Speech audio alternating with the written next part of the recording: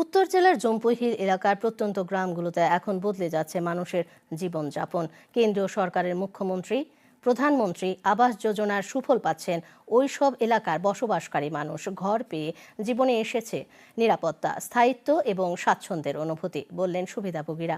ব্লকের অধীনে মোট 60টি ভিলেজ কমিটি রয়েছে। গ্রামীণ এলাকার প্রধানমন্ত্রী আবাস যোজনা প্রকল্পে ইতিমধ্যে 1451টি ঘর সম্পূর্ণ নির্মাণ করা হয়েছে।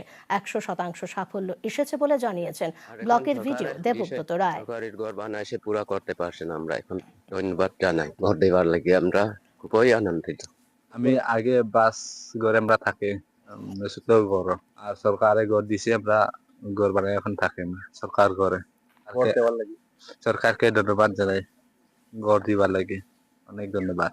PMAYG গ্রামীণ এর আন্ডারে 1451টি ঘর আমরা সম্পন্ন করেছি, যা নাকি 100% এখন।